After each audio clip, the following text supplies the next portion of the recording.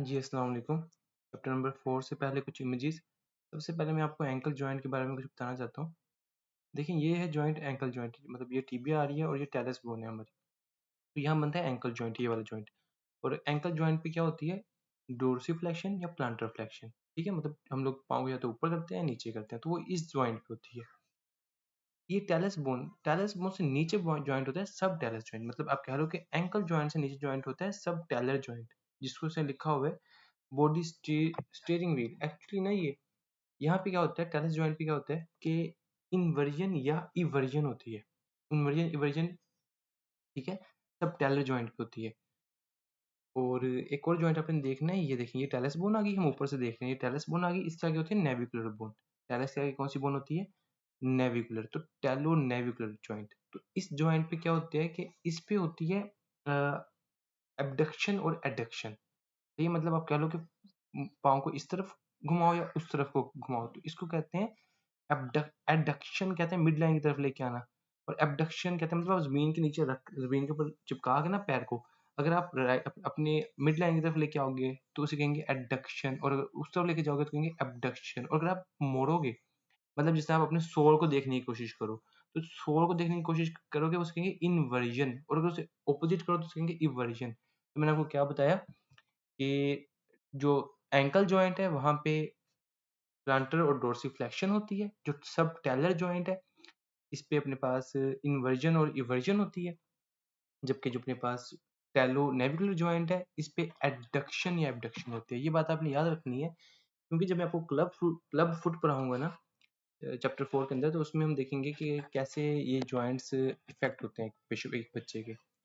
तो इसके अलावा आपको कुछ आइडिया होना चाहिए कि हर चीज़ का मैं आपको बल्कि आगे जाके ना आगे कुछ इमेजेस में दिखाऊंगा कि हमारे पास पाँव के नीचे ना दो लॉन्गिट्यूडिनल आर्चेज होती है, मीडियल और लैटरल। तो जो मीडियल आर्च है अगर ये ज़्यादा ऊंची हो ना तो इसे कहते हैं कैवस, पेस कैवस। ठीक है? पेस कहते हैं फुट को, तो कि ऊंचा हो जाए तो उसे कहते हैं पेस केवस। और एक होता है बिल्कुल नीचे हो जाए, उसका जो आर्च है ना वो कम हो जाए या बिल्कुल खत्म हो जाए तो उसे कहते हैं पेस प्लेनस, प्लेन हो जाए।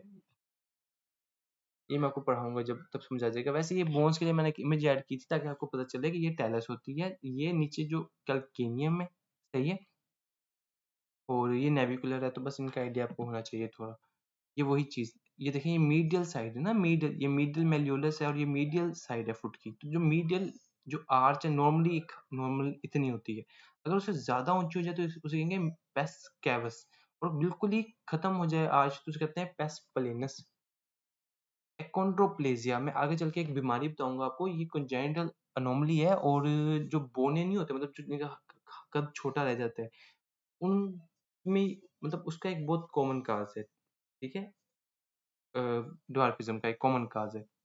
और इसमें पता है आपको क्या चीज मिलेगी? इसमें आपको ये मिलेगी कि आप देखिए जो नॉर्मल चेस्ट वगैरह है ना, चेस्ट नेक, ये देखें ये अडल्ट की तरह की। अगर आप इसको छुपा बाकी लिम्स को देखेंगे तो वो छोटे बच्चों की तरह की है। तो इसमें बड़ी डिस्प्रोपोर्शनेटली होती है कि आपकी जो लिम्स हैं वो छोटी रह जाती हैं और जो ट्रंक है वो ठीक रहते हैं। ये है अकोंड्रोप्लेजिया और ये कंजेनिटल बीमारी है। बाकी इसमें मसले उन्होंने बाकी भी शो किए हुए हैं।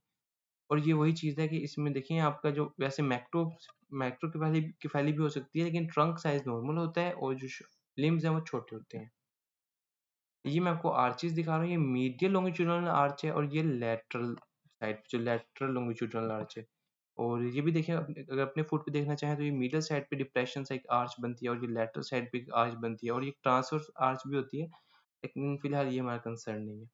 ठीक है? चलिए फिर अब चैप्टर की तरफ चलते हैं।